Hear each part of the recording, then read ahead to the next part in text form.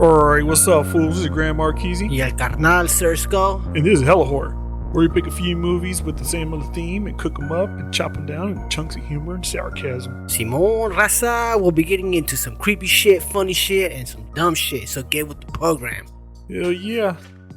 We just finished watching that Mandalorian. It was actually pretty cool. Yeah, that shit was off the I mean, it's not horror related, but then we got to see fat ass Boba Fett. Yeah, that shit was funny, though. I don't know how people feel about that. Mm. So our topic for this episode is going to be about reminiscing on some old school flicks. Classics. Where the monsters and the mutants and the freaks are the good guys. Simon. Yeah. And it's always, gotta let y'all know, this is explicit material. And it's also full of spoilers. I guess this is a spoiler alert. As soon as you start listening to us, you know we're going to spoil the shit out of everything we watch. Every day, all day. So yeah. The movies we chose to talk about for you guys, for your listening treat. Swamp Thing, Part 1. The Toxic Avenger, Part 1. And The Dark Man, Part 1. Trio.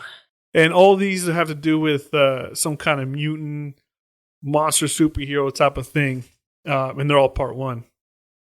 So that's how we chose them. That's how we wrote. So as usual, we're going to go through the movies, let you know what these movies are about, and then just have fun with it. Here we go. Simon. So the first one is Swamp Thing, released back in 1982, written and directed by Wes Craven, fucking legend. RIP, R.I.P. man. He's known for creating the Freddy Krueger character and also bringing slasher back with Scream in the 90s. Hell yeah. Yeah. Fun fact. Apparently, Craven did this movie to show he can handle making a simple action movie. For a while, he didn't want to be known as horror only and stuff like that. But shit, that motherfucker knew his shit. Yeah, man. Why he got a hit on it, though, man? He should stick what he knew. Well, he did, but, Yeah, but it's grateful. We're grateful for it. Sometimes that's what you learn, man. You stay in your lane, homie. Simon, that's it. So Swamp Thing is just based on old Vertigo DC comics created by some dude named Len Wein and Bernie Washington. They actually made two series of this, dude. Mm-hmm. Way back in the 90s, they made a series on USA Network and one last year with DC Universe, but that shit got canceled real quick. Done. For this movie, we've got the standout actors. Well, basically, these are the people that... all these movies, y'all, have hella actors. And we basically just focused on the ones that kind of stood out to us. The mainstays. The Swamp Thing himself is played by Dick DeRock. Dick DeRock. Dick DeRock. Nah, this dude, he's pretty much is the Swamp Thing. He played Swamp Thing in the old series from the 90s. And he was in Swamp Thing in Part 2. We'll talk about that another time. And RIP Dick. I mean, R.I.P. Dick. That's a fucked up name to have, bro, for real. When you're saying R.I.P., yeah. Yeah, when you say RIP Dick. RIP Dick. He was a big dude, so he played a lot of bad guys and big dudes in a bunch of old school movies and whatnot. Then you got Adrienne Barbeau. She plays Swamp Thing's romantic interest, Alice Cable. We talked about her before, with made hella movies with Carpenter and stuff like that. And then we got this one rando dude, this little young African American, young black man, Reggie Batts. Reggie! But this fool, man, he plays some awkward ass character named Jude. Couldn't understand him half the time. I mean, I don't know. It's like, what the fuck did he just say? Fucking mumbling, though. He was mumbling the whole time. So the bad guy, the main boss villain, Anton Arcane, is played by this dude, old school actor. But his name is Louis Jordan. Crazy ass fact. He was a young dude up in France back when the Nazis occupied that shit. So this is World War II, folks. He was in the film industry and whatnot. And he was forced to work with the Germans to make propaganda against his own people. Pretty fucked up, right? Yeah. His dad got captured, and then his dad escaped prison or whatever confinement they had him in. And then him and his family end up joining the French resistance and, do anti-propaganda leaflets and all that. So damn, man. So I got a question. I should have looked this up too, but is this the same dude that plays in Scarface? That's the oh, it's not. Oh, dude. Is it? No, actually, This Louis Jordan is not, but I think the dude you're talking about, the one that he's trying to buy out, I think he's the same guy that played the Dr. Holland. I think. Maybe. We got to watch it. Yeah. But that's a good connection. Yeah. But anyhow. Yeah, we should have looked at. You should have looked at. I should have looked up. It's okay though, man. There's like different factors that goes into all this. People, it's a lot of work, man. For real, man. God damn. Long story short, this movie is about some scientist named Holland. Basically, he's working for the government, coming up with a project to cure hunger. Basically, use some kind of formula to make shit grow, replicate it. So you can replicate a bunch of, I don't know, calabazas or squash. Yeah. For the humanity, or it's always that story and shit. But NSF came down and shut down the shit, right? NSF? Yeah. Who's NSF? The government, National Science Foundation. No, I think they're working with NSF. NSF isn't. They have their hands in everything. So yeah. Hard. Message. No. So so they're working in the cuts and the bayous, and then what ends up happening is this bad guy scientist, Anton Arcane, who everyone thought he was dead, like Voldemort type shit. He shows up out of the blue with some fucking Mission Impossible shit. He's got a crew of mercs, and they're killing off all the government workers because they want the lab notes. They show up, fuck shit up, and then make Mr. Holland, Dr. Holland have a little accident. The fucking serum was super volatile, blows up on him, lights his ass on fire. Like on fire, though. It looked dope. On fire like in that game, NBA Jam. NBA Jam. He's on fire! Lit that motherfucker up. But yeah, he was on fire, though. Yeah, I mean, then he jumps into the swamp. Later on, he ends up transforming into the swamp thing. But Cable, though, that female, she's scrappy as fuck. As soon as they tackle her down, she just starts fighting. She's throwing those things. She's just fucking throwing them fucking hands, bro. She's like, don't get handsy with me, fool. I got hands. From the shoulder, though. For real. Yeah, she piece of shit out. One dude grabs his M16 and lights the first merc she sees. She's like, pop, pop. Oh, yeah, right. She grabs that shit. Just rat-a-tat-tat. And she's doing combos, folks. We're not just talking about throwing punches. Just like face, stomach, face. Hammer punch. Knee. By the way, what is she? What ethnicity is she? Oh, I always thought she was Latina, but I don't think she is. I think she's white with the perm. She's always wearing a perm sometimes, or her hair's always fluffy. Even her, she's hella old now, and she even showed up on the Creep Show series. Oh, that's right. It's on Shudder, folks. If you ain't got Shudder, go get it. Go Shudder yourself to there. Yeah, and Shudder it. Yeah, there you go. Good. I like that. There you go. She escapes, and then Swamp Thing actually ends up saving her hella times. They end up finding out, okay, he protects her, so they trap him, and they capture both of them. In the meantime, Swamp Thing loses an arm. So the bad guy ends up getting all the lab notes, and he turns himself into an ugly-ass monster. They duke it out. Swamp T kills him, and then, boom. That's the story. That's it. And at the end, Cable's like, hey, what's up, big guy? Let's go save the world. And he's like, nah, I'm going to go fuck a tree. And he walks out into the fucking swamp. I'm going to go get a Woody. Yeah. Literally, dude. I'm like, dude, bro, you got some, handful of Chi-Chi right there. And this dude just say, nah, I'm going to go fill up on some plants. Weirdo. Hey, come on, man. Let me down, homie. Shit. Next movie we looked at, this is a wild one, yo. The Toxic Avenger. Raise your hands if you've seen that shit. Holy fuck. If you haven't seen it, go watch it. It's going to fuck up your sensitivity a little bit, but man, that shit's off the hook. For real. So this one was released back in 1984 by Troma Entertainment. So Troma Entertainment, they're known for the low budget B movies, campy and violent as fuck. And there's always in those movies there's some chicks dancing naked, a lot of Chi-Chis bouncing all over the place. Titties flying everywhere. One goes left, one goes right. Simon.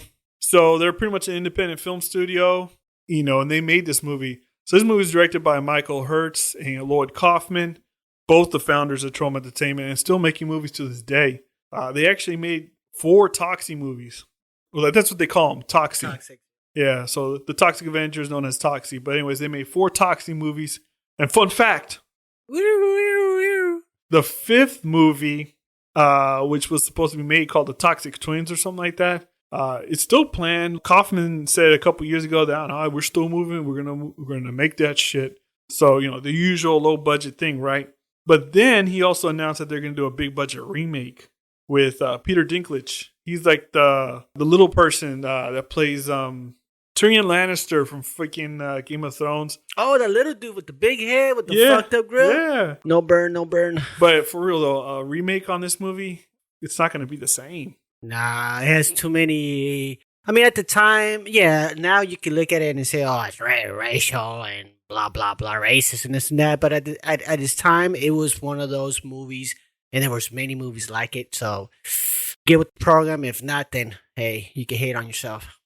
But, I guess we have to watch the last part 4 to see how that one turns out. Because if that was anything like the first one, I haven't seen the fourth one yet, but that should be interesting. But damn. So, and that's actually moving forward. They just announced Peter Dinklage is going to play Toxie, so that should be interesting. So, this story, of course, written by Kaufman and some other dude named Joe Ritter, who actually worked on a bunch of trauma movies. So, we got a Latinx spotlight, though, folks. What does that mean? There's a mention in some spotlight on the Latinos. The only difference in this one is hella racist.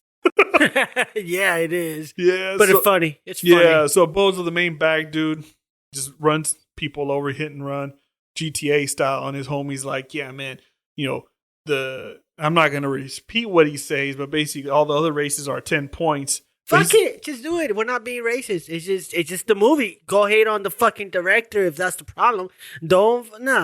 Say this shit. I'm not gonna say it. They can be like, oh shit, you said that shit. But basically, he gets to the point where he says Puerto Ricans are worth 30 points. Damn. That's 10 more points than the other races. Holy shit. And kids are worth 45 points or something. God damn. Yeah, I know, for real. So the movie stars a bunch of unknowns, obviously. So, low budget, independent type stuff. The one that always stands out for me is Gary Schneider. He plays Bozo. He's this crazy, coked out bully. I mean, hell looks coked out. And he likes to hit and run innocent people. I mean, simple as that. Yeah, that motherfucker seems like they hooked his ass up to a car battery. And he's always wired. His eyes are bulging. His hair's the dude really looks like he's on crack. Right? He's like just the whole fucking. He hated that mob guy. Yeah, and he's always like, I'm stressed out. I'm stressed out. Give me some coke. Yeah, that dude's just on one, man. Yeah. That fool's crazy. He rolls with some other bullies, whatever. And he made a bunch of B movies, made a bunch of movies for Trauma. And the other actors, really, they're worth mentioning, except Toxie. I forgot what that dude's name is. I forgot to write that shit down. Who, Toxie? Melvin? Oh, the real actor? The dude that played Toxie. Oh, yeah. Shit. I fucked up, folks. I fucked up. Toxic's what matters. Fuck it. Moving on. Toxie. So long story short, the movie's about it's a straight dorky ass dude. I mean, he fits the bill like your basic stereotype nerd from the 80s. Just can't dress right and acting mentally challenged. They call him Melvin the Mop Boy. Damn. So basically, he gets on the nerves of these bullies. Bozo and his crew. Basically, him and his dude, and then 2 hot chicks, 1 blonde girl, 1 brunette. Anyways, so then they play a prank on him, and then he runs off in shame. Decides to jump out of a window for some reason in this gym that's super packed all the time, and just everyone likes to hang out in there and do blow and have sex with each other in front of everybody.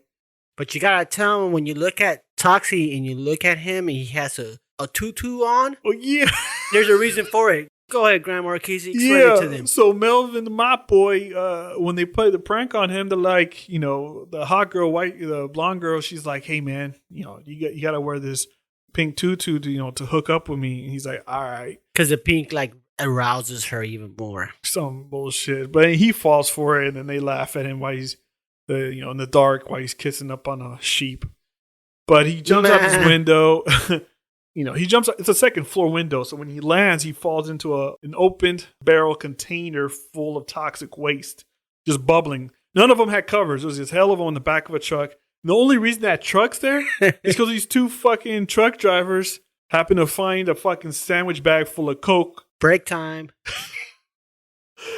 And then fools just started doing hella blow. Just like, okay, let's just stop here in the middle of the street. And face first, people. We're talking about like head, face in the bag. Straight, oh, dude, it was straight Scarface style. Scarface, yup. Scarface style. They were just going ham on that shit. So Melvin starts melting and boiling and catches fire. He runs away. He eventually transforms into the Toxic Avenger. And all of a sudden, he just starts doing superhero shit for no reason and starts killing criminals. But it's classic because he not only he makes this weird ass fucking noise like, and then he talks to someone like, hey there, whatever the fuck he's saying. But you know, it's funny. I mean, it's such a funny fucking combination. Wild. Yeah. Have a good day. Yeah. It's like, dude, it's weird, man. But it works for some reason. Mm-hmm. But in any case, so the mayor's hella corrupt, this big old fat white dude. And then him and his cronies, you know, pretty much make money off all the crime. He controls everything in town. So then they're like, okay, we got to stop this dude. This dude's fucking with our business. You know what I'm saying? And eventually they find him. He's out camping outside with his blind girlfriend that's wearing a bikini in the middle of nowhere. Just for in no November, reason. It seems like it's a November fucking day and shit because it's all gloomy. It's not even hot. The sun's not even out and shit. It's just weird. But anyways, and the mayor ends up calling in the National Guard. I want him dead. And National Guard's like, nah. So then what ends up happening is Toxic ends up rushing and fighting. Well, he doesn't really fight the mayor. He just punches him right in the gut and kills him. Right in front of everybody. Everyone cheers. End of movie. And at the end, Toxic's running around town going, Yeah, folks. One of those Hallmark moments. It was wild, man. It was just a wild-ass movie, man. And then you got Darkman. Yeah. This is a trip. So this was released back in the 90s by Universal Studios. So this was written and directed by Sam Raimi. So many of you horror fans, horror nuts, know who Sam Raimi is. You know, he did the Evil Dead series. And he also did the Spider-Man movies, the one with Tobey Maguire. When he did this, the fun fact, folks, is he created Darkman only because he wasn't able to get the rights to The Shadow or Batman. Those movies were made by someone else.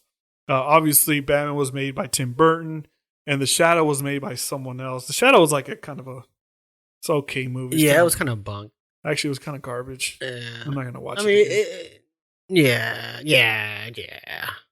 But so he made this character. He says, so fuck it, man. I'm going to do it myself. All by myself. Fuck it. Goony goo. Funny fact. I fucked up on that one. So there's a cameo at the end of the movie, the very last scene, Darkman, and is Bruce Campbell, a.k.a. Ash of the Evil Dead movies.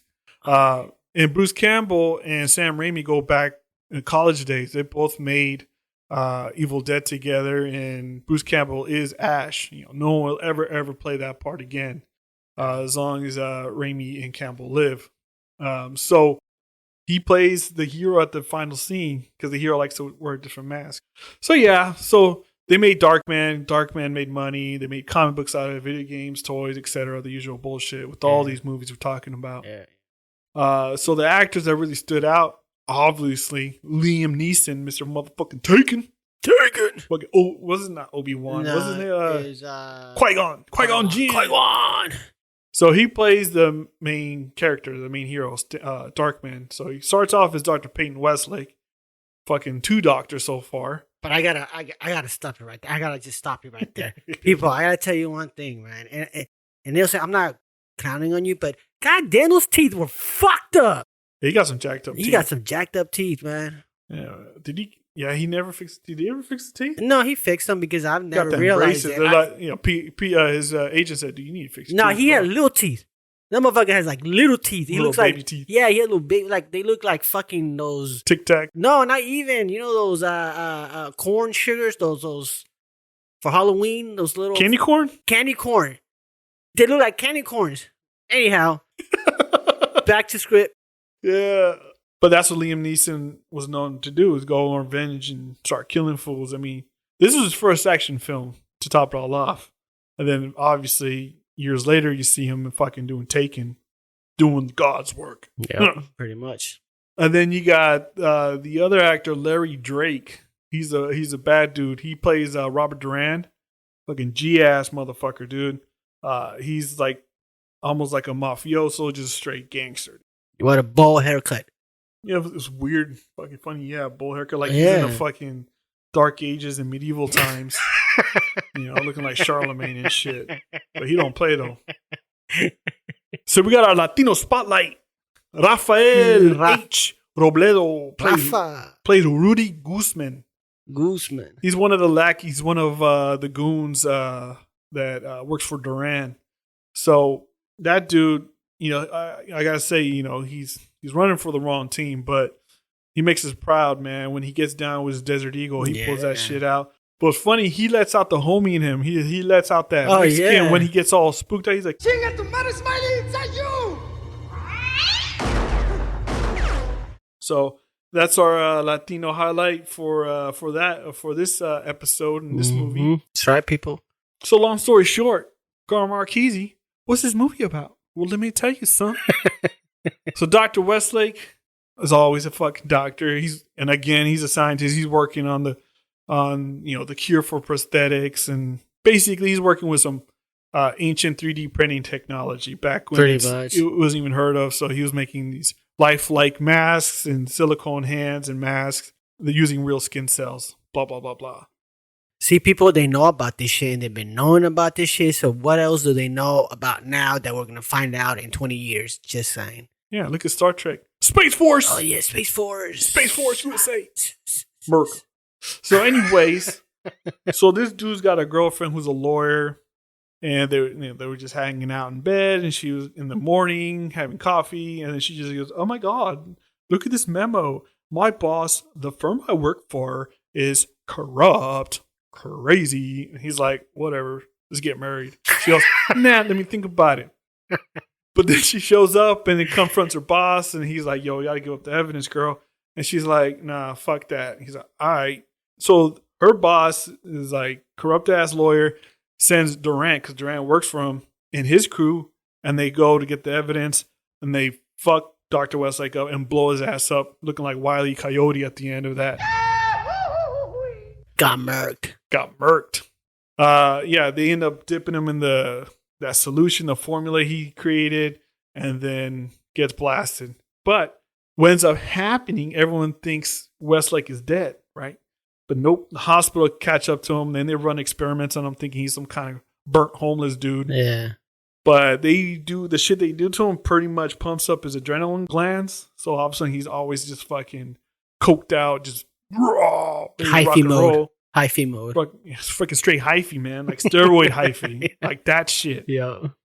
He can't feel anything, but his emotional triggers are like on point. So now he's like a domestic violence type of motherfucker. Like, ain't no joke. Now he loses his marbles. Literally, he loses his marbles. Yeah, he freaks out at one scene when the motherfucker don't want to give him his toy at the carnival. Oh, yeah, man. He's like, "No, man, I hit that with the baseball."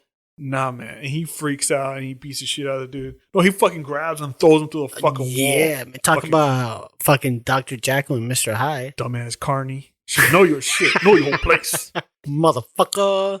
So then, back to the story. He's in the hospital. He escapes. And then he just goes on a revenge binge, killing all the bad guys, using all his masks and gadgets and blah, blah, blah.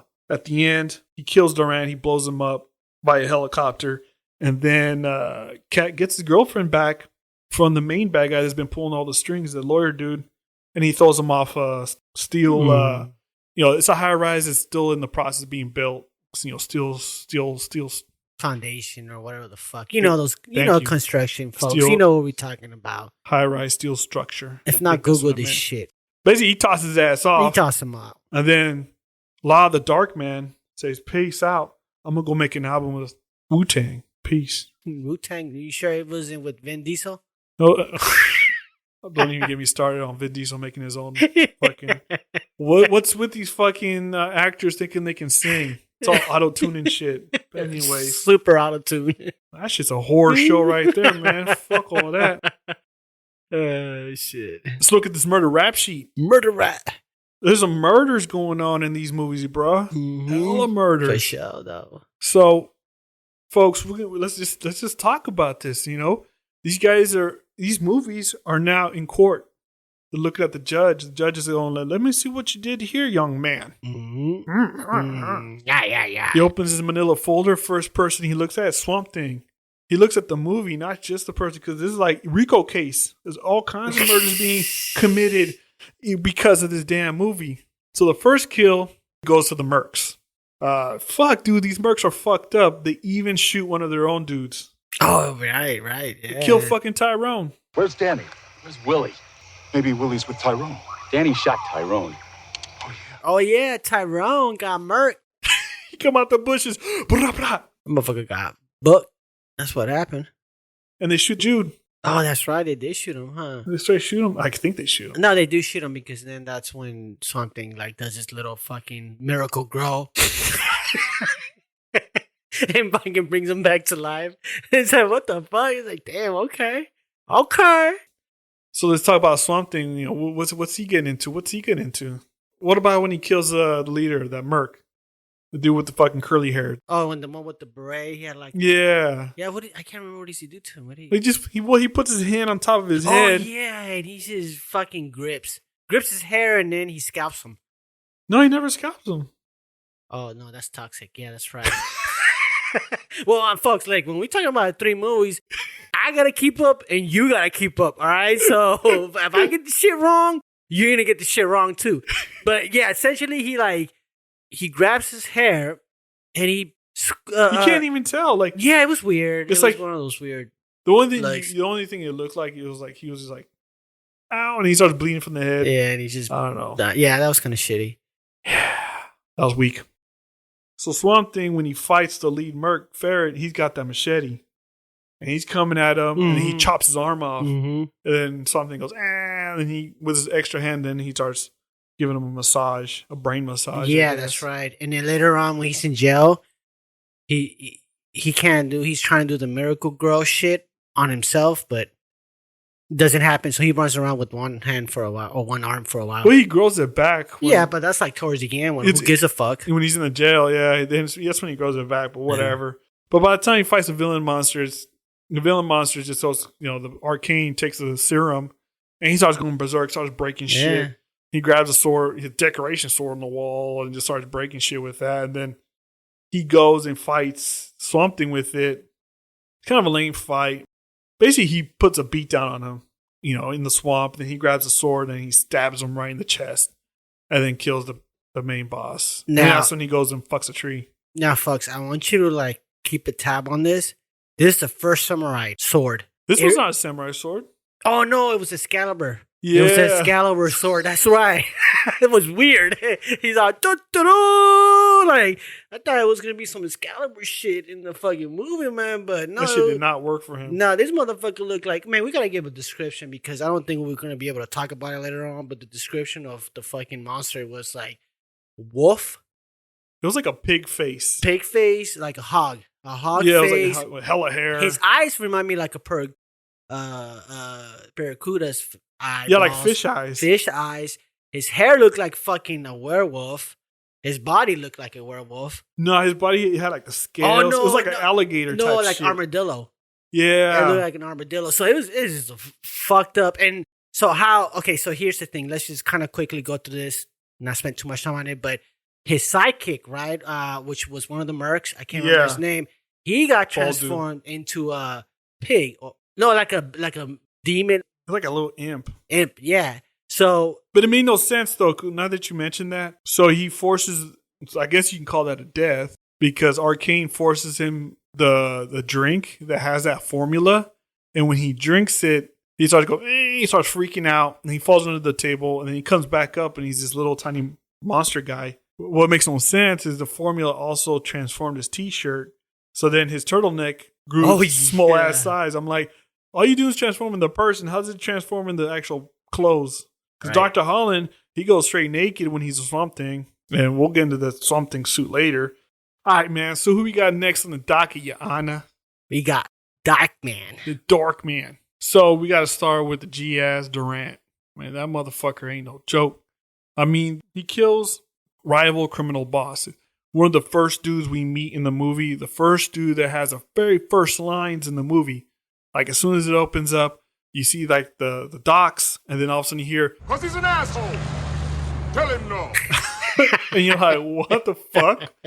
So, but eventually, Durant's crew and his crew duke it out. But then at the end, Durant, wins the upper hand. But when they get the dude, what he does, Durant, he likes to keep the finger of all his victims. So with the cigar clipper, he ends up clipping the dude's finger right off. And then obviously they kill him off screen, but that's his first kill. But then Durant, like I said, man, he's a straight killer. He ends up killing one of his goons. Yep. A big bald. What's funny, the dude that he kills in this movie, a big old burly a big burly bald dude. He actually is the number 2 merc in Swamp Thing. That's how these movies are connected, yo. So his crew throw him out the fucking window, in his apartment, and he lands right on his car, just dead as fuck. But the gangster shit is right before he throws him out, he goes, "Enjoy your flight," and then gets tossed. But again, Durant, always being the killer he's known to be. At one point, he's in a chopper, and a police helicopter fly up next to him, and he goes, "No, sir, I will not be setting my copter down." And he blows the fucking police helicopter up with a grenade launcher, taking out 2 cops. No fucks given. And then he starts blowing up a bunch of cars on the freeway like ain't no problem. He's trying to kill Darkman, who's on top of a semi truck, or he's hanging off of some hook off of the chopper, but he's just like doom, doom, doom, killing hella people on the freeway. Yeah. Like he's just like blowing shit up, like fucking terrorists and shit. It was kind of like it was a cheaper version of True Lies. Remember when? Oh, that's right. When yeah, he's all on trying the to freeway. and the freeway, and even when he's on the building, he shoots down the helicopter with the bazooka. Yeah, it's kind of like I think that's where they got it from, fucking biters. But it was impressive, man. Yeah, they were it was. really blowing shit up. Ain't no CG shit on that one. Mm-hmm. Yeah. That's Durant's kill count. You know what I'm saying? And then Durant, he's got a little crew. But what's funny, on his crew, he's got this little dorky ass dude with glasses, which so happens to be the same dude in one of the other episodes that we have, the Thanksgiving one with Blood Rage, the dude selling the condoms. Oh, right. That's the same dude. Same fucking idiot. Fucking nerd. Nerdy ass motherfucker. But this dude's kind of crazy. Like, the lab assistant to Dr. Westlake, they got a bag over his head. They're trying to choke him out. And then the doctor's like, please let him go. He has nothing to do with this. And so Durant goes, all right, ventilate him. And then dorky dude just puts a gun to his head and fucking murked again. Hole Murked in the number head. 3. Hole in the head. Shot to the dome. The dome piece. Funny thing, though, about this dork, though, he's the brother of Sam Raimi. He actually helped write this fucking movie. Oh, really? Yeah. I didn't realize that. I didn't know that. I know, right? Small world, man. Small It world. is a small world there, folks. Then Darkman starts doing his kill. He's starting to get his bodies. Trying to build up his cases. But wait a minute. You gotta tell him when he gets fucking murked in his lab. Remember how they shot a fucking missile, and his motherfucker like the building blows up, and he doesn't get thrown out. He gets blown the fuck up. His body shoots out. Yeah, he flies up towards the camera like fucking he looked Wile E. like the Coyote. Rocketeer and shit, man. Like he, yeah, that shit was funny though. That shit was hilarious. That's one. If you watch that movie, peep that part out, man. You're gonna laugh, guaranteed. Actually, pretty funny. He's like, ah! Yeah, he has like flames coming off of him and shit. Like his fucking cracked out Superman going up in the sky. Oh, that shit was funny, man. Anyhow, now it's time for the real deal, the real mass murder, the Toxic Avenger. This is the gem in the rough, diamond in the rough. Dude, why don't you tell the folks about that first kill with Bozo and the crew? Oh yeah, it's weird, folks. I mean, first of all, it's weird because they act these people. There's like what, Bozo and 3 other individuals, Yeah, his friend, they're doing it to two and hot his chicks. girlfriends, right? Their girlfriends, and so they're drinking and shit, and they're in this fucking badass.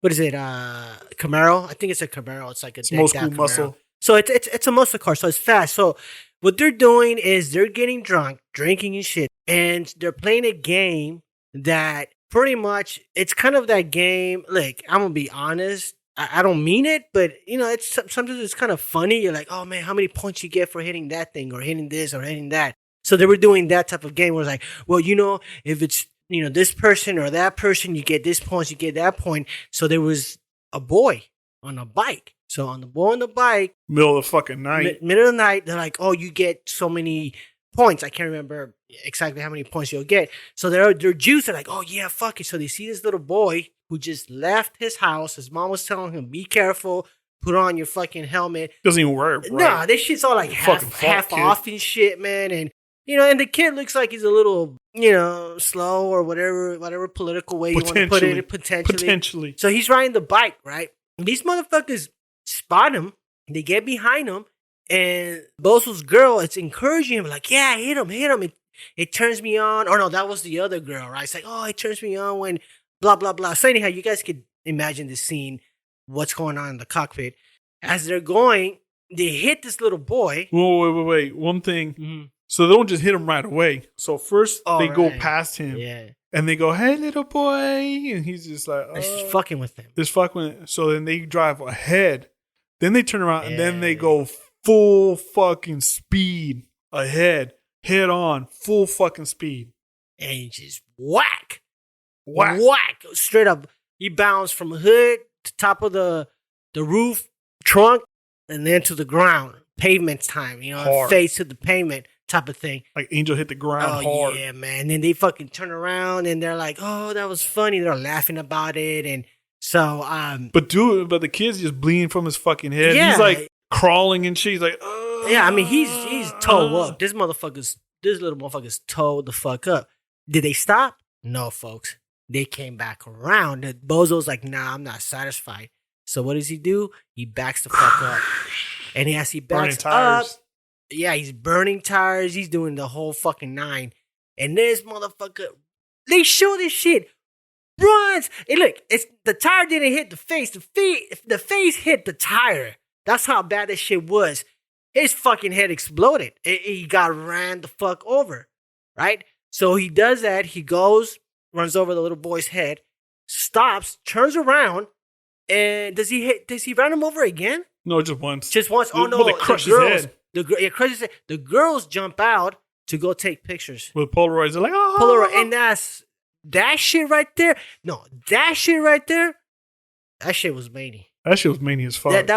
That's some I shit. was like, holy shit. That takes some fucking nerve. Yeah. It takes balls to do something. Fucking so coffin, again, that's why Grant Marquez, when he's saying that, I don't know about the remake, if it's going to be the same, because it's true. You got a lot of shit like that in that type of movie, especially scenes like that. Oh, man, that you pretty much go like, damn, man, they actually did that shit? That shit was ill. And the top all off is it looks hella real, man. The effects that they did in this shit look really good. Yeah. There's one that's kind of fakeish, but that one would look hella real, man. And, you know, it's that old school, you know, SD type shit. Right. But even one of the girls that they took the picture, she ends up like masturbating to that shit later on in the movie. It's pretty fucked up. Yeah, so there's a lot of shit going on here, man. So like again, a remake off this, I don't know. We'll see. It's gonna unless be they hard. base it off the corny ass version of Toxie that ends up coming out later on the movies. And you know what fucks about this movie? Like there's something about this franchise because they even did a cartoon off of it. Do you remember the cartoon? I didn't watch the cartoon. Because I remember watching the cartoon, but it wasn't that bad. It wasn't like, you know, to that extreme. It's like all the other stupid ass cartoons. They had a cartoon for Tales of the Crypt. Yeah. They had a cartoon for RoboCop. It was like, what? If y'all seen the first RoboCop, that shit, maybe we get to, I think we should do RoboCop one of these days, but that shit another one that's like, oh, he gets fucked up. Yeah, the first part. Yeah, and the remake couldn't top it. But anyways, so Bozo, and that's not Bozo's only kill in this movie. Him and his homeboy, they're out to find a new car, They're like, hey, man, let's go take that little yellow Honda Civic there It's fucked. with the old lady, man. That was a fucked up scene. It was. So, Like, the little boy wasn't. no, but the old lady, there's an old lady trying to get in her car, and him, Bozo and his homie run over there. Hey, let us help you. And she's like, oh, so nice of you. Bozo grabs a fucking bag of food or his own, but it doesn't matter. The His bag of gets tossed food. to the floor. Bozo just fucking uppercut to the stomach. Whap! The old lady's like, ah! And she falls behind the car. And then his homeboy he fucking finishes her off. No, crowbar to the head. No, it was her cane. No, it was a crowbar. No, it was her cane. Or it could have been a crowbar. Because remember, they ran over with the crowbar. He had the crowbar on. And that's why I was like, I wrote that shit in my notebook. Like, damn, she just got clocked the fuck out. And it's like, really? He That beat serious? the shit out of her. Dang, man, the lady's already old, man. Just one punch to the face. It's right That's to the it. gut. But really, you gotta fucking sit there and knock her out with the crowbar? Well, he Okay. went beyond that. He was smashing her. Yeah. And then the whole time they're like, oh, people are so annoying or some. Yeah. They said some bullshit like that. So then they steal her car. And then they go joyriding. So yeah, man, that was something else. That was something, else. Yeah. It was straight thug life, man. So Toxie even goes and kills some thugs. He stops them trying to castrate some beat cop with the Irish accent again. Yeah. It's the type of movie. So he kills two of the thugs. One dude, the transvestite, he ends up poking his eyes out, like what's that slapstick comedy? The Three Stooges. Oh, Three Stooges, yeah. He does that type of shit. He's like, woo, and he pulls out his fucking eyes, right? And he's like, ah. And then he fights like the big fucking thug, the big stupid white dude, Yeah. like the one that talks like an idiot, like, yo, we're here to kill you. Like, my name is Mondo. That type of thing. So he crushes their head together. He like grabs their head, just smashes it together, and you can see brains and shit, and just takes them out. Yeah, so he's doing that type of shit. But later on, we have this crazy ass scene, straight 211, aka armed robbery on a fake ass Mexican restaurant. Oh, yeah. That was fucking weird. Latino spotlight. Latino spot. Yeah, I don't know, man. Fake Mexican restaurant ran by a bunch of white dudes. With? Fucking samurai swords under a sombrero. I was like, what? What the WTF? W fucking TF. I mean, it's called the Mexican Place. Why the fuck do you have some? Are there something that we don't know about? It was called The Mexican Place. No, that's what I'm saying. Is there something we don't know about Mexicans and Japanese? I mean, I know they have a good relationship, but Whose fucking idea was that? I don't know. It made man. no sense. Well, no, man. there was. It was actually there was a point to it, right? Having the samurai sword. Well, yeah, eventually, yeah, one of the robbers grabs a sword, which was hella dumb. So pretty much everyone's like likes to do karate and fucking kung fu and this, is that kung fu fever, right? Yeah, Around well, it that was time. huge in the 80s. Yeah. Everyone was like kung fu this, kung fu that, karate this, ninja that. And actually, a lot of the actors in it, the bad guys, they knew how to fight. Yeah, well, they've done a lot of bad guy roles in hella movies. But So- even like the like not the main characters. Remember the one dude he was fighting in the Mexican restaurant, one of the goons? That motherfucker was doing like some, I don't know, kung fu or martial arts, but he looked like, that motherfucker looked like he knew what he was doing and shit. Like he was like, whack, whack, whack, whack, Yeah. and then chop to the face. spinning kicks and kung fu Fucking chops. Karate Kid shit, you know? Yeah. And then that one dude knows how to fight or acts like he knows how to fight. That dude's Leroy. He's got, face paint one side. But that dude's that dude's psycho, man. Because he comes in with a shotgun at first. And then with the shotgun, he points at the little baby and the mom. He's like, look at this little mom and a littler baby. I was like, damn. No, wait, what does he tell the baby? It's like, he said something about shut the fuck up unless you want a hot tamale down your throat. I was like, damn. He was like, folks, he was talking about the shotgun pointed to his face. And he's going to put a slug down his throat. Damn, that's gangster, though. At the baby. The baby's like, what the fuck? You look like fucking Grogu or Little Yoda and shit. And then some other dude goes, no, you can't do that. Leave us alone. And then he just said, what? Bow! And kills that dude. Just like, all right, well, it's that type of robbery. Shut the fuck up. So then, and then there's this blind girl there who later on she becomes Toxie's female, the one wearing the bikini that we talked about earlier. her guide dog starts barking, and then Leroy goes, "Man, shut the fuck up!" And he shoots the guide dog twice. It's a guide dog, folks. And they show that shit later on. How you gonna have plastic. a remake? How you gonna do a remake, bruh? And they show that shit though. His guts hanging out. I was like, damn. And then what happens? Come on, continue. You just shot that bitch twice. I'm talking about the dog. That was fucked. And then Blaine goes, "What you doing on my dog?" And then what comes after? What comes after? Come on. Oh, and then he just keeps getting better, folks. No, they fucking this. Go ahead, man. I'm gonna let you say it. Whoa, This black woman gets raped in front of everyone. She's about to. So the same blind girl's about to get raped. It's not funny, but it's crazy. That's how crazy so this wild. movie is. So there's 3 robbers, right? And so we talked about Leroy. Then there's the leader, the black dude. His name is Frank. Dressed like an Apache. Looked like he come out of like Oscar Bombada and his crew. And he decides to go, "Hey, blind girl," and he bends her over and he's ready to start tapping it. That's when Toxie shows up. No, he was tapping that shit, man. He was raping her. I want to believe that he did not rape her and he was about to get in there. No, we're keeping it real on this show. So Toxie shows up and then he starts fighting Frank, which is kind of a shit fight. But then eventually Toxie grabs Frank's arm, puts it over his shoulder and just rips it off. And he goes, "Oh, fuck." And he beats Frank up with his arm. And the whole crew. And then he starts fighting the whole crew. With the arm. With the arm and doing karate kicks and all that shit. Right? Samurai sword. So then Leroy, the way he takes him out is that they're in the back of the kitchen. Okay, remember guys, this place is called the Mexican place. He starts grabbing ice cream and whipped cream and milk, and he starts drowning that motherfucker Leroy with it, and he's shoving it in his mouth. Right, he's got him on top of the counter. He's shoving his face full of ice cream and milk, whipped cream, just everything. And then he jams his face into the milkshake blender.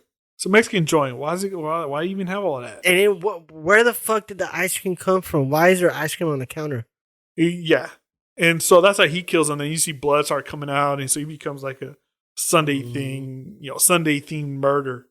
So then he ends up finding the other thug. He's looking like a greaser. He's got like black leather jacket. And at one point the guy's like, "I was just playing, man. I was just playing." So he grabs him, right? And he bends like the some metal bars around the fryer and sticks his hands in the fryer. He's like, and he passes out. No, so what he does, he rips one of the tubes from the fryer, wraps his hands in it, and then sticks his hands into the fire, and then that's when he does the tubing. So he couldn't get out, and he couldn't he couldn't get away. He's at all. Period. He's done. Period. So he's stuck there, fried hands. He's like, "Ah." He's the only one that survives. And then Toxie goes back and grabs Frank, and he throws his ass into a pizza oven. It's like, okay. This is a Mexican place, fool. Why is there a pizza oven in the Mexican place? Hey, man, Taco Bell has Mexican pizzas. Shit. Oh, yeah. Mexican pizza. Come on, folks. Don't confuse you. I don't give a fuck if you're sad that they don't make them anymore. It's off the menu. That shit's not a Mexican pizza. It's not a pizza, and it ain't Mexican. All right? It's just some fried tortillas with some shit all over it. Shit. So yeah. So that happens, right? Remake? Come on now. Yeah. Come on now. Yeah, I don't think that's going to happen anytime soon. But then I got to say, the funniest kill in this whole movie. So you got this scene, right? It's a dry cleaning place. I can't help it. Dude, this one made me laugh because I didn't know. I hadn't seen this movie in a long ass time, so I wasn't sure what was going to happen. I just see this little person. She's just, she's an old lady. A little old person. Well, yeah, and, not old, but but I would say she's up there, right?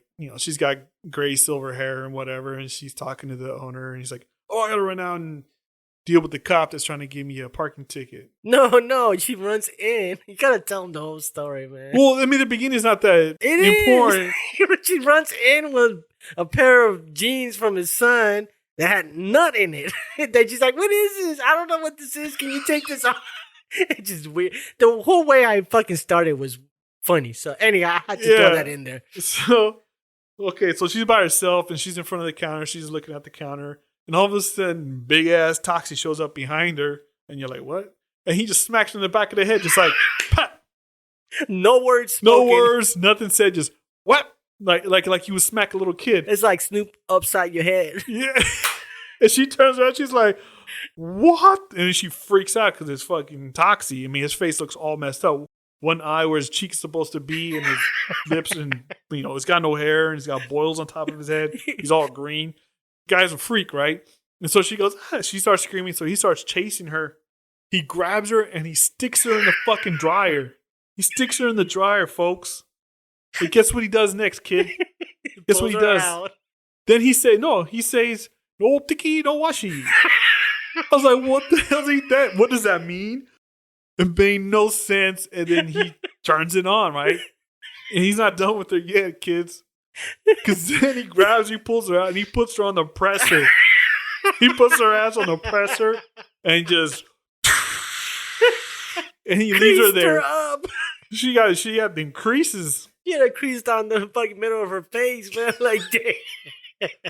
And then the owner comes back and he's just like, what the fuck? No, he goes, he doesn't quit freak out. her. He's like, no, he goes, oh, the customer should not be on the equipment. Dude, she's laying down. She's a little person. So she fits the whole presser and she's dead there. And he's just like, people aren't allowed to go back there on the equipment. Shit. It was on one. But later on, you find out that she happened to be the leader. She ran a human trafficking ring. She was the leader. She was a human trafficker. How about that? Yeah. So it's not that fucked up. I mean, the old lady from when she got punked for her car, that was fucked up. But really this right here wasn't fucked up. At first, I was like, that's fucked up. But then when you find out, she's a human trafficker, she's like, oh, and that shit was random. Like, that shit hit from left field. Yeah, you're like what the fuck? What's with this fucking dry cleaning? And then he just smacks her in the head. It's like they weren't done with killing. Yeah. But then he goes back and finishes off the crew. Yeah. Right? The bully crew. So it's just the two hot chicks. So this is where it's disturbing, right? So you got the brunette, right? The brunette hot chick. She's in the sauna, all naked. You see some chi-chis. But then she's playing with herself. But again, like I mentioned before, it's to the picture of the dead kid. That was weird. She's all looking at the head. She's like, and she's getting off. Like straight up. Yeah. And then, I don't know how she dies. I remember he grabs her and he just sits her on top of the sauna rocks. That's how he did. And she screams and you hear a lot of steam, obviously. No, he made a comment like, cool your ass off or something like that. Yeah. It was funny. It was a funny little scene. But it's just kind of weird. But she ends up dying somehow, but whatever. So then he chases the blonde girl. So then he goes and he finds the blonde girl in the locker room. Mm-hmm. And then she freaks out, obviously. And then some other women are in the locker rooms. And so he sees them. He's like, oh, I don't want to see, women in an inappropriate way. Some weird, corny shit like that. So she takes off running. So then he just starts stalking her through the basement of the gym. So this is where you can start seeing that it's not Wes Craven, but it had that feel to it. Because he starts chasing her through it like he's Freddy Krueger or Michael Myers or Jason. Like, almost like he's the bad guy this time. And she's freaking out. She's trying to escape. But he corners her into, it looks like the janitor's bathroom or janitor's room or something like that. And then he just starts like creeping up, walking towards her. Like the camera angle reminded me of the old school Jackson Thriller video at the very end. Yeah. Where the girl's like in the house and Michael Jackson zombie and his zombie crew are coming in at her, closing in. It was just like that, but then he stabs her with a scissor. You don't see him do it, but he picks up the scissors to see the shadow, like Psycho. I think Kaufman was doing that on purpose because I think he just took these horror elements and he put them all together because it was all like the scissors scene. It was like the old lady from Psycho, the knife. That's what it seemed like. Then you got the thriller scene, and then you've got the whole stalking, like it was like Freddy Krueger or Michael Myers. Because Michael Myers was before this too. Yeah, I can see that. I can see how because it is kind of a sort of a spoof type of right. horror comedy movie. Well, one thing I learned is there's a name for this. It's called splatstick. So you've got slapstick comedy, which is pretty much like the Three Stooges. Mm-hmm. You know, it's all slapping and just that type of, like, you know, Ace Ventura, you know, slapstick. And then because this is gory, it's splatter. So now they combine it, splatstick. I listened to another podcast called Colors of the Dark. Don't do that shit. Don't do that shit, man. I got a rep. Upcoming. I got a rep because this is what I learned. This is what I learned. Ese. Fucking ranker. Ranker. Nah. So, but it's just interesting. So yeah, splatstick. Like you said, it was just like, it's comedic. It was humor. Fucked up, but shit was funny, man. Yeah, like funny. the little person scene, man. That shit made me laugh. That was fucking. That movie is fucking worth watching.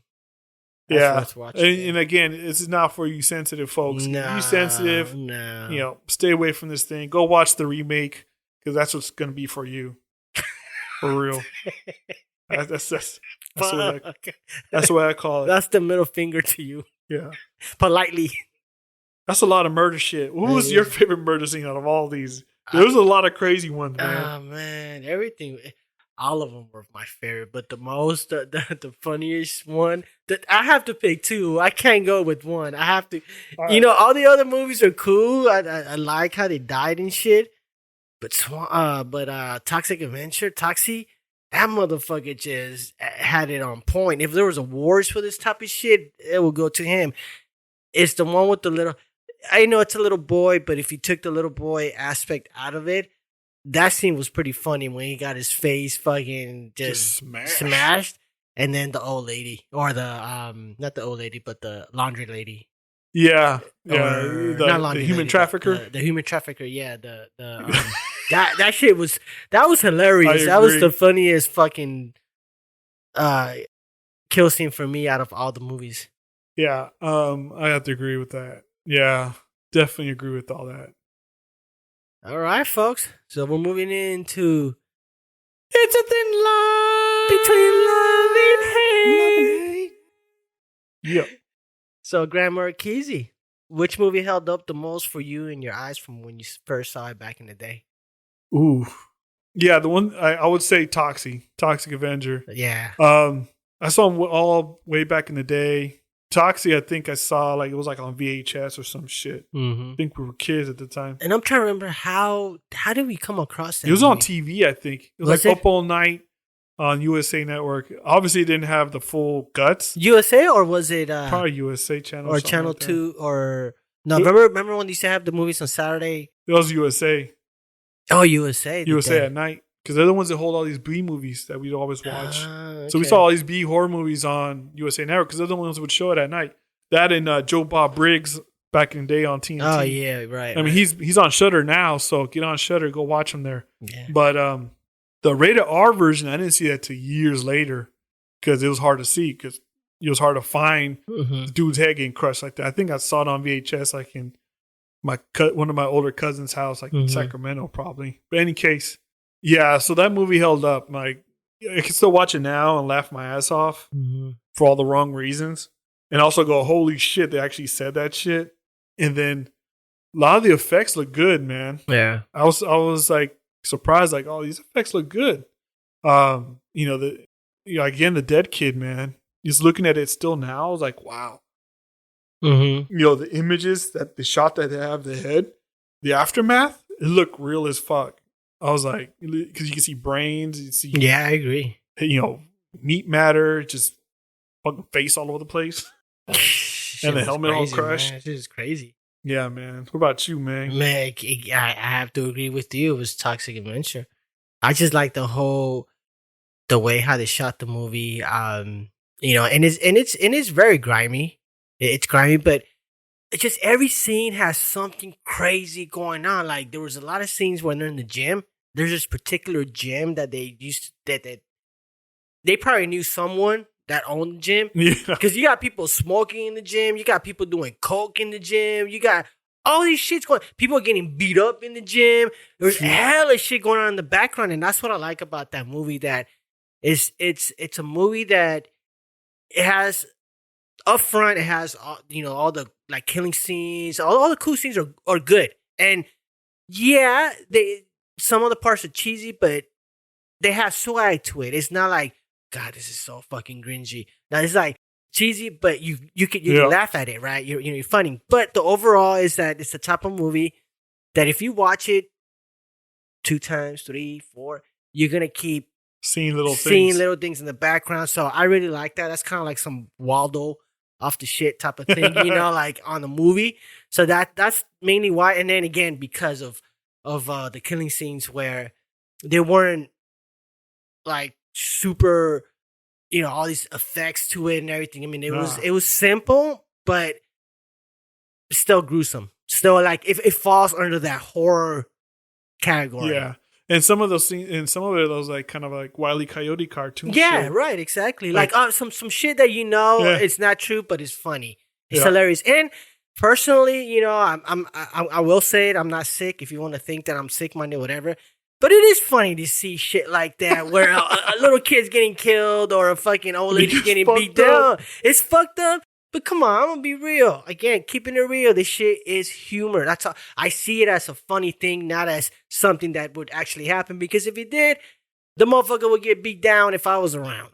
So I'm taking it as a comedy, and that's one. It's something that I don't see now because everything is so sensitive now. Everybody's so political correct, and you can't do this, can't say this. Yeah. So that's what makes that movie a charm, where it gives you those aspects that is taboo. Yeah. And that's what makes horror great. And then, another, the perfect example from Toxie is the scene right after Melvin gets melted. He's on the floor, and everyone from the gym is watching. First, they're laughing at him, and then they're like, ugh.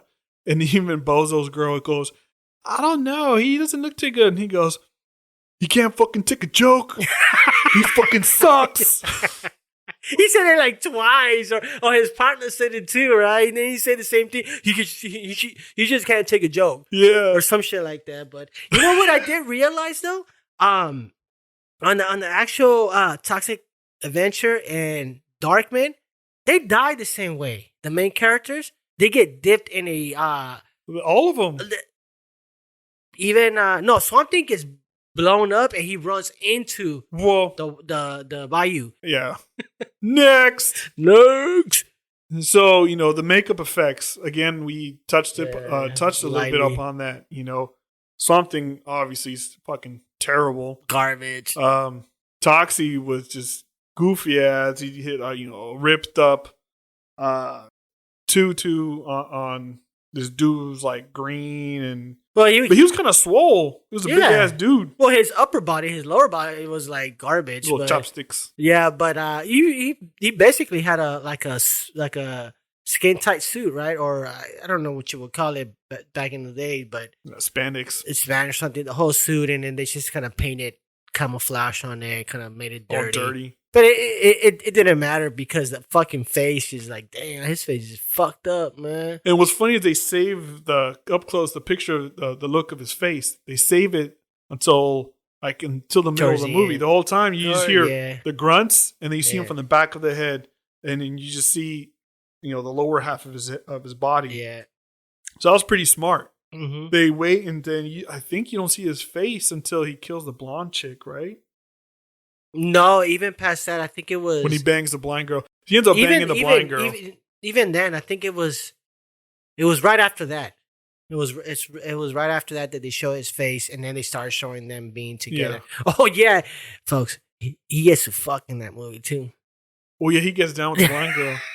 She forgets that her dog is dead real quick, and then she moves in with him in like this little ass busted ass trailer in the middle of the freaking toxic waste dump. Yeah, so check it out. We can't stop talking about Toxic. Yeah, y'all gotta go see it. Yeah. But when it comes to the makeup effects of the main hero, I give it to Darkman. Yeah, because Darkman had that look. His face is half burnt, but actually he's more than that. Like you only see like 1/4 of his face is actually there. He's got no hair, and the bottom of his jaw, the top part of it's almost like the flesh is all burnt. Mm-hmm. It's almost like a zombie, and his teeth are all like sticking out. And yeah, it's all burnt flesh. It's all zombie looking. Half of his other face is all like fucking Two-Face style. Yeah, that type of shit. And it looked good. Most of the time he was wearing bandages and shit, like the Invincible Man type thing. But when he wasn't wearing it, he looked fucking crazy. Yeah, dude. I mean, even then, when they have the bandage, like you said, the mouth part, you can still see it. Yeah, they caught it. Yeah, they made it. They were smart about it. They knew that they couldn't full out, like nowadays where you could just fucking CG that shit. Yeah, now it's like they in the movie itself, it's more. I would say that they had definitely had a bigger budget, and when it comes to the makeup and effects and all that, than the other two, because you can see it. I mean, right off the bat, it was cool. But because of that, some of the CG effects they were using is definitely dated. Yeah. Because of that, it's and then we talked about it when we were watching the movies. Like it would be cool if they did remake it. It's one of those movies that definitely would need an uplift. It had the RoboCop type of CG effects. Right. Same type of. But it effects. wasn't bad, but it's compared to what's out there now. So let me ask you this: these are hero movies, so there was villains, and each villain, main villain had a side boss. I always call them bosses like video games. You got the main boss and the side boss. Mm-hmm. After watching these movies, which bosses did you like? Well, which combo? I would do a combo. Yeah, I was gonna say I would do a combo of the evil scientist from Swamp Thing with the dude from Darkman. What's his name? Durant. I think they'll make a good team. Yeah, I like wreck shit. Yeah, because I like Arcane. I can never say his name right. Arcane. I like how he's in the movie. He's kind of like smooth, kind of cool and shit, and then he has like this pimped out home in the bayou. I don't know why, but he does. But it's cool, and I like that type of feel. And then Duran, he kind of just mimics that. He kind of has that similar. He does. It's kind of quiet. He's G as fuck. Yeah, and when it gets down to get dirty, no questions asked, no doubts, no buts. He just gets to the point. So those would be my two combinations. Oh, that's some good combinations. Yeah, I definitely would take Durant as actually I would do a combination of Durant. I would make him the main boss. Uh-huh. I'd make him the Godfather, and then his capo would be Bozo. And, Bozo would have been my second choice. But then Bozo's just crazy. He's just crazy. He'd fuck shit up by himself, and then he get himself in trouble.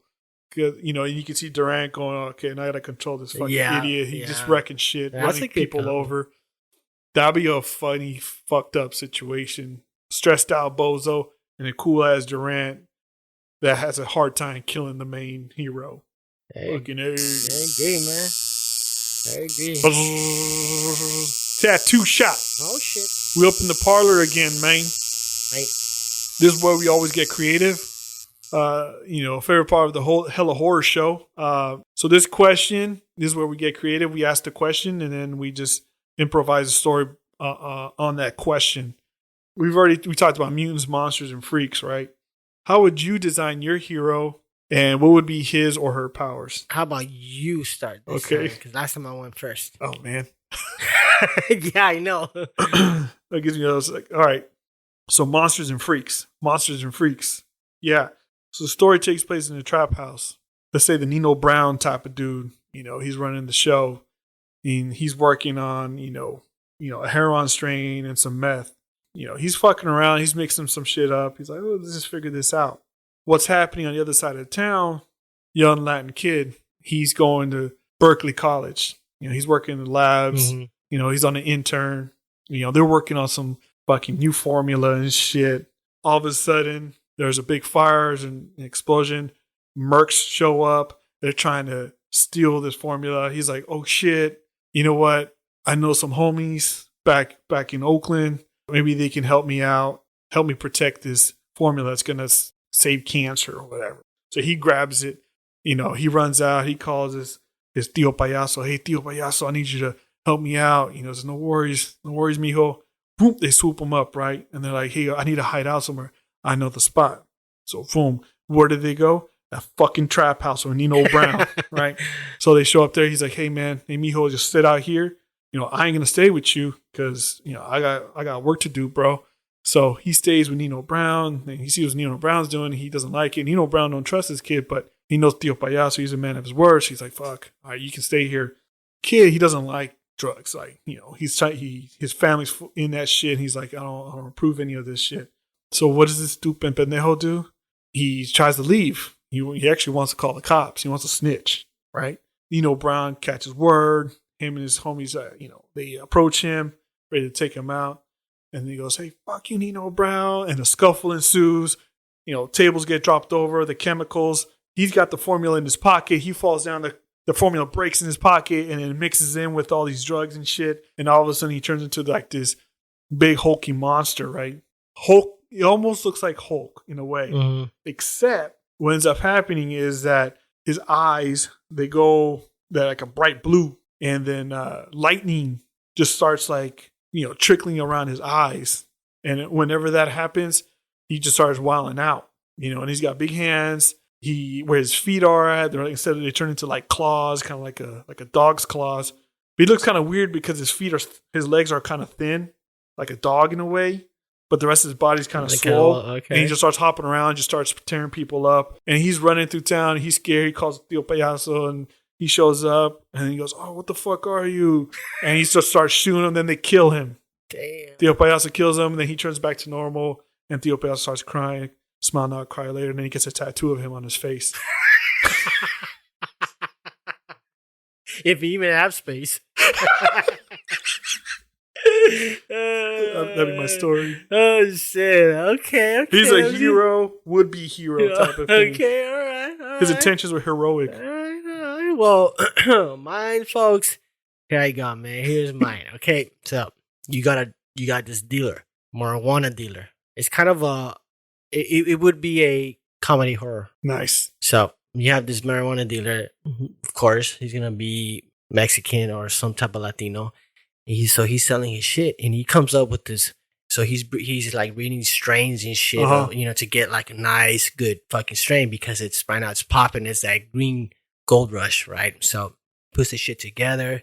He comes up with some fucking bomb ass bud, like some loud shit, some shit that just got you on Space 9 type of shit, right? Simone. So word goes around, and then there's this, the villain is some cat, who's grimy and shit, and he's trying to move up the ranks and shit and trying to get himself situated in the whole drug game. So he peeps out game about this new strain. So he goes and checks out homeboy, the Mexican who's fucking putting it together, and actually the one who came up with the strain. He's like, hey man, you need to sell that to me, man. We could do big money, or if not, let's go and be in cahoots and we could do our thing. And dude's like, nah, man, I don't want to roll with you because I know about you, and that's not my style. I only fuck with weed. I don't fuck with the other shit, and plus, I'm not that type of person. Yada yada. So dude don't like it, because the villain. He's like, nah, man, you do what I say, and I need this money. I need to rank up. I don't care what you think. You're gonna make it happen, right? So they get into a scuffle. His goons are there with him, the villains. So they grab the Mexican, the botanist Mexican. They fucking grab him and they kill him, right? They fucking just kill him, cut him up, and grind him down because he didn't want to comply with them. So then they fucking some cartel shit. So then they grab him and they mix that shit in with the soil to fucking just for laughs and grow some strain, right? He grows a fucking strain, that weed strain that he wants because they found some in the lab and whatnot. So they grow it and the plant starts to grow with the botanist Mexican mixed into it with his body parts and such because they grind his bones, his bones. So then the fucking plant, man, for some reason, when they're like feeding it nutrients and shit, the botanist had some special ingredient that you put in the soil to actually get that best strain, but they didn't know that.